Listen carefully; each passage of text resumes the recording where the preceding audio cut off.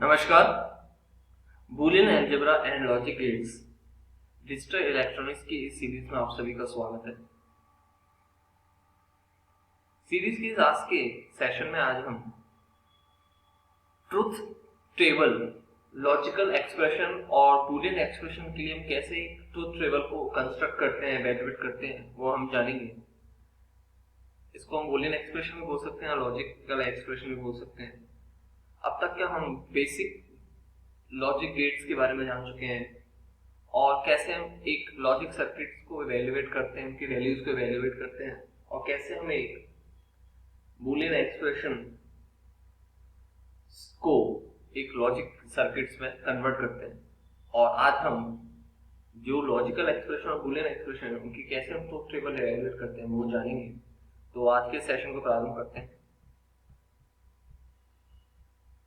तो आज के सेशन का टॉपिक है इवैल्यूएटिंग और constructing truth table for logical और बूलियन एक्सप्रेशंस। तो पहला एग्जांपल लिया हमने, हम इसमें 2 या 3 एग्जांपल देखेंगे और उसके ट्रुथ टेबल कंस्ट्रक्ट करेंगे। ट्रुथ टेबल हम जान चुके हैं कैसे कॉम्बिनेशन, कितने कॉम्बिनेशन बनते हैं और कैसे क्रिएट करते हैं। तो एक expression, Boolean expression, logical expression दिया हुआ है A B plus B C का whole bar. BC means BC का होल बार है, बार मीन्स कॉम्प्लीमेंट। तो पहले हम A B C 3 इनपुट हो गए, तो 3 इनपुट के कितने कॉम्बिनेशन बनेंगे? 2 की पावर 3 मीन्स 8। तो यहाँ पे हमने A B C के 3 कॉम्बिनेशन, 8 कॉम्बिनेशन बना लिए 0 0 0 से लेके 1 1 1 तक। तो पहला है 0 0 0। तो फिर उसके बाद हमने एक कॉलम बनाया AB का, उसके बाद हमने बनाया BC का, और जो BC की वैल्यू जो भी आई उसको हमने BC बार में उसका कॉम्प्लीमेंट हो जाएगा। और फिर AB और BC बार को हमने प्लस मीन्स और कर दिया। AB मीन्स A और B का एंड, BC मीन्स B और C का एंड। जब बीच में कोई भी एक्सप्रेशन मीन्स वो डॉट होता है तो dot means and operation.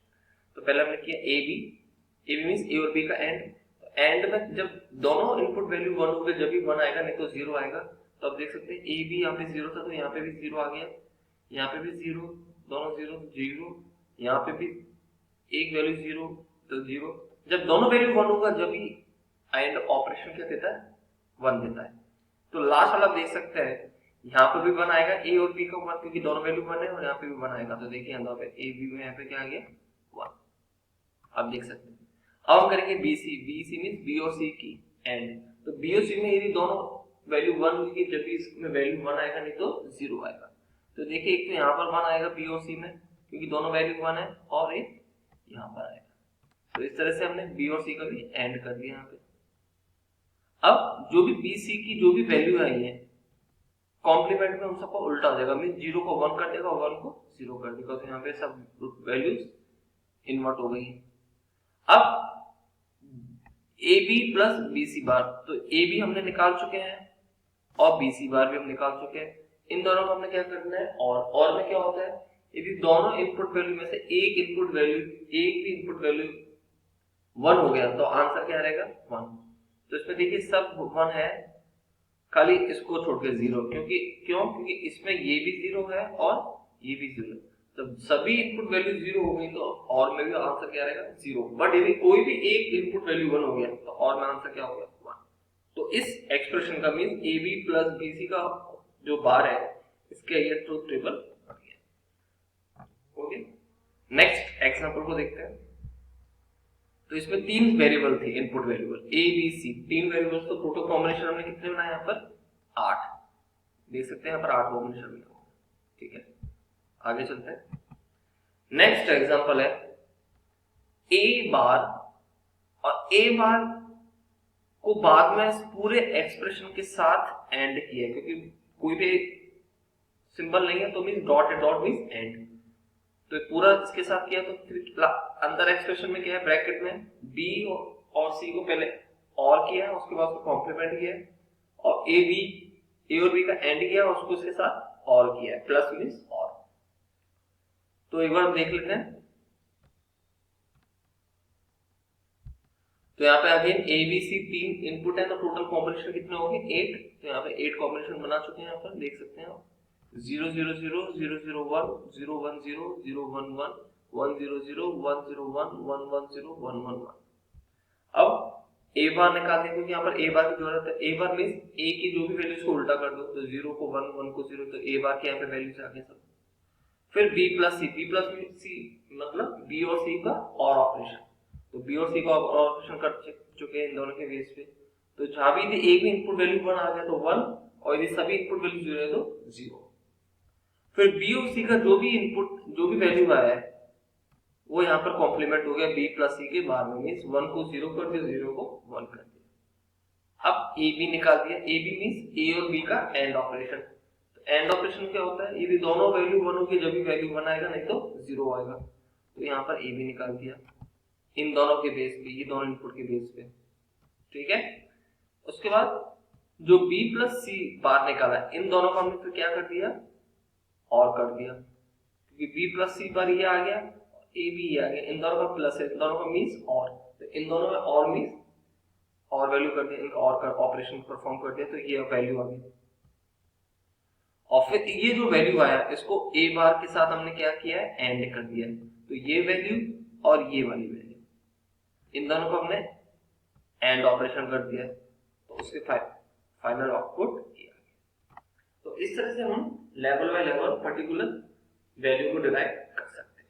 I hope आपको समझ में आया होगा। लास्ट एग्जांपल देखते हैं। ये लास्ट एग्जांपल लिया है, इसमें आप देख सकते हैं 4 इनपुट वेरिएबल है, w, x, y और z। तो 4 वेरिएबल हो गए, तो 2 की पावर 4 में 16 कॉम्बिनेशन बनेंगे, इसलिए यहाँ पर कंटिन्यूट किया हुआ है। तो यहाँ पर 8 कॉम्बिनेशन यहाँ पे लिए हैं और 8 कॉम्बिनेशन यहाँ पर लिए, ठीक है। तो आप देख सकते हैं यहाँ पे 4 इनपुट, 4 ये इनपुट लिए हुए हमने, और देखिए यहाँ से इनपुट यहाँ से लिए, ये इनपुट वैल्यूज है। पहले 8 है, 0 0 0 0 0 0 0 1 0 0 1 0 0 0 1 1 0 1 0 0 0 1 0 1 0 1 1 0 0 1 1, ओके। और इसके बाद 8 वैल्यूज नेक्स्ट टेबल में हमने कंटिन्यू कर दिया। सेम टेबल है, बट यहाँ पे स्पेस का रिक्वायरमेंट, स्पेस की रिक्वायरमेंट नहीं थी, तो यहाँ पे स्पेस कम था, तो इसको नेक्स्ट स्लाइड पर हमने मूव करा दिया। तो यहाँ पे कर लिया। तो पहले यहाँ पर क्या हो रहा है, w जो एक वेरिएबल, पहले y और y को z के कॉम्प्लीमेंट के साथ एंड कराया है, और उसको w के साथ फिर और करा दिया है।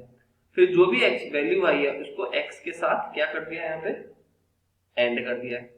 तो ये एक ये एक्सप्रेशन हो गया। दूसरा एक्सप्रेशन क्या है, x और z को हमने और किया है, और उसका जो रिजल्ट है उसको y के साथ एंड कर दिया, और दोनों को हमने फाइनली क्या कर दिया है, और, ठीक है। तो थोड़ा ये लंबा एक्सप्रेशन है, तो उसको आप, तो कोई भी लंबा एक्सप्रेशन है तो जो भी 2 टर्म्स आ गए या कोई भी डिफरेंट टर्म आ गया उसका एक सेपरेट कॉलम बना लीजिए और उसको फिर डिवाइड करिए, जैसे यहाँ पर किया हुआ है। देखिए पहले w x y z ये 4 इनपुट वैल्यू लेगी, फिर z बार का एक कॉलम बना लिया, क्योंकि z बार यहाँ पे जरूरत था, तो z बार हो गया। फिर y को z बार के साथ हमने एंड कर दिया। इस तरह से पर्टिकुलर कॉलम बना दीजिए। तो यहाँ पे z बार क्या करेगा, z की जितनी भी वैल्यूज है उसको उल्टा कर दीजिए यहाँ पे, तो z बार की वैल्यूज आ गई। उसके बाद yz बार मीन्स z बार की जो वैल्यू है, z बार एक कॉलम हो गया और एक y हो गया, इन दोनों को हमने क्या कर दिया, एंड का आपको समझ में आता है। एंड मीन्स यदि दोनों, यदि सबके सब इनपुट वैल्यू 1 होगी, जब भी 1 होगा तो आंसर 0 होगा, तो yz बार की यहाँ पे वैल्यूज आ गई। उसके बाद yz बार की जो वैल्यू है उसको w के साथ क्या कर दिया, यहाँ पर प्लस मीन्स और कर दिया, तो ये एक वैल्यू आ गया w प्लस yz बार। उसके बाद w प्लस yz बार को x के साथ, x की वैल्यू के साथ यहाँ पे क्या कर दिया, एंड, क्योंकि यहाँ पे कुछ नहीं तो डॉट है, डॉट का मतलब एंड, तो डॉट के देखिए 2.7 मीन्स दूसरे नंबर का एक्सप्रेशन और 7वें नंबर का एक्सप्रेशन, उनको डॉट कर दिया है, तो ये 8वें नंबर का एक्सप्रेशन आ गया x w yz। तो इनको नंबरिंग दे दीजिए 1 2 3 4, जैसे मैंने यहाँ पे नंबरिंग दिया है हर एक्सप्रेशन को। फिर किया x plus Z. X plus Z का क्या मतलब है कि 2 नंबर का एक्सप्रेशन मीन्स 2 नंबर का x है और 4 नंबर का है z, इन दोनों को और कर दिया है, तो ये 9 नंबर का एक्सप्रेशन आ गया x प्लस जेड, ठीक है। अब y एक्सप्रेस z वो क्या कर रहा है, जो नवा नंबर का एक्सप्रेशन मींस ये वाला, उसको तीसरे नंबर के एक्सप्रेशन के साथ y के साथ एंड करना है, तो ये 10वां नंबर का एक्सप्रेशन आ गया, ये वैल्यू आ गया। और फाइनल क्या कर रहे हैं हम, फाइनल 8 नंबर का एक्सप्रेशन और 10 नंबर का जो एक्सप्रेशन है उसको क्या कर रहे हैं हम और कर रहे हैं, तो ये फाइनल। ठीक है, नेक्स्ट टेबल हम कंटिन्यू करें इसमें। तो इसमें नेक्स्ट वैल्यूज है 1, ये 8 वैल्यूज लिए हैं इसकी, 1 0 0 1 0 0 1 1 0 0 1 0 1 0 1 0 1 1 1 1 0 0 1 1 0 1 1 1 1 0 एंड 1 1 1। तो इस तरह से टोटल 16 वैल्यूज होती है, 4 इनपुट वैल्यूज के लिए। तो सेम जो फंडा हमने प्रीवियस सेम अपनाया है, वही जेड बार की वैल्यू निकाला, फिर वाई को जेड बार के साथ एंड कर दिया, फिर डब्ल्यू और वाई जेड बार को और कर दिया, और जो वैल्यू आई उसको एक्स के साथ एंड कर दिया है, फिर एक्स और जेड का और किया है, फिर वाई को एक्स और जेड के साथ एंड कर दिया, और फाइनली दोनों का और कर दिया, तो फाइनली ये ट्रुथ टेबल आ गया इस एक्सप्रेशन। सो आई होप आपको ये आज का सेशन समझ में आया होगा और काफी इंटरेस्टिंग लगा होगा। नेक्स्ट सेशन में हम एक लॉजिक गेट को कैसे हम एक बूलियन एक्सप्रेशन में कन्वर्ट करते हैं और फिर अगेन ट्रुथ टेबल कैसे कंस्ट्रक्ट करते हैं वो जानेंगे। तो आज के सेशन के लिए बस इतना ही, धन्यवाद।